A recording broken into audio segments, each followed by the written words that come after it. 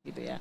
Orang boleh pintar setinggi langit, tapi kalau dia tidak menulis maka dia akan hilang dari masyarakat dan hilang dari sejarah. SMA, nah saya baru kenal sama Rendra tadi. Saya mulai nulis bahasa Indonesia, tapi nulis bukan ngomong. Saya belajar ngomong bahasa Indonesia dengan baik ketika saya sekolah di UGM sini. Karena teman saya yang Jawa itu sedikit sekali, karena zaman dulu UGM itu saya di jurusan sastra Inggris pada waktu itu ya. Teman saya itu hampir semuanya itu dari luar Jawa. Ya. Jadi kami harus berbicara bahasa Indonesia. Saya harus memaksakan diri untuk bisa berbahasa Indonesia. Ya, meskipun kemudian saya tahu teman-teman yang belajar di sini, di Jogja pada waktu itu yang datang dari manapun harus belajar bahasa Jawa. Karena kalau tidak, mereka tidak bisa berkomunikasi dengan masyarakat gitu. Jadi inilah kerumitan bahasa di Jogja pada waktu itu tahun 50-an sampai tahun 60 awal ya. Saya di sini ya. Nah, dalam pengalaman semacam itulah saya sebenarnya dibesarkan dalam bahasa. Jadi kebetulan Anda tahu tadi saya sampaikan saya dibesarkan dalam bahasa Jawa, kemudian saya bergaul dengan tulisan-tulisan berbahasa Indonesia dan saya belajar sastra Inggris di sini. Jadi dalam kepala saya itu muter-puter itu. Saya mikir dalam bahasa Inggris, dalam bahasa Jawa, dalam bahasa Indonesia gitu ya. Sampai sekarang. Ya. Tapi kalau ditanya bahasa Jawa, bahasa yang pertama saya apa?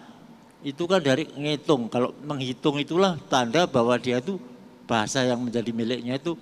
Saya tidak pernah mikir 1, 2, 3. Saya mesti 0, 4, 5 itu loh. Mesti. Saya 1, 2, 3, 4. Enggak. 0, 4, 5 itu. Itu berarti saya masih berbahasa Jawa. Gitu kira-kira. Ya. Kemudian soal mungkin motivasi menulis gitu ya. Salah satu kutipan yang paling sering diungkapkan gitu kalau kita membicarakan tindak menulis itu kan apa yang disampaikan Pramudia gitu ya.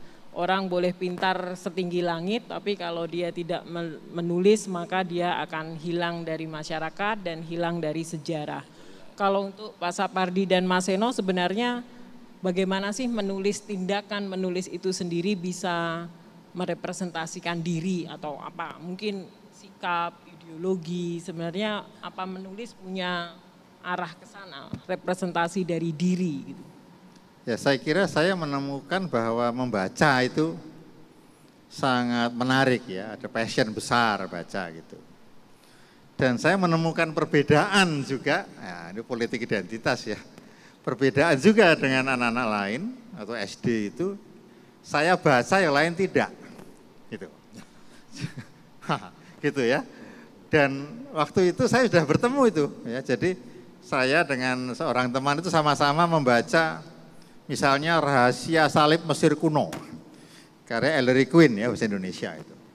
Itu horor, serem sekali gitu. Nah, saya dengan teman ini selalu menceritakan waktu begitu lantas kejadiannya begini gitu. Semua orang mengerumuni anak-anak ini. Tapi kemudian mereka kecewa.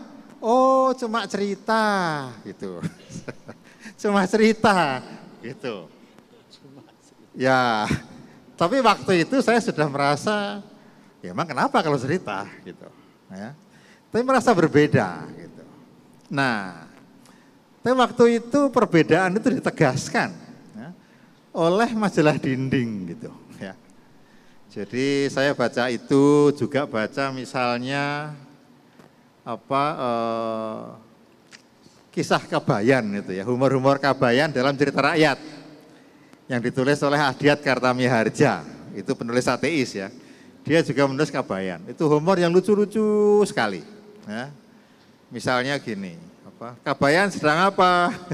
Sedang menggali lubang, gitu kan? Buat apa gali lubang? Tanam pohon pisang. Buat apa tanam pohon pisang? Buat dimakan buahnya. Buat apa buahnya dimakan? Supaya kuat. Buat apa kuat? Supaya bisa menggali lubang. Dan selalu yang bertanya itu mertuanya, aneh gitu. Jadi dia benci sekali yang mertuanya, selalu diakik gitu ya. Yang menjelaskan hubungan apa ya, stereotip mantu mertua waktu itu gitu ya. Itu. Nah, kenikmatan saya baca itu mau saya share gitu. Ya. Jadi yang saya bisa lakukan waktu itu masih menyalin. Saya salin gitu 1, 2, saya kasih ke redaktur majalah Dinding itu, guru dan dimuat. Gitu, ya.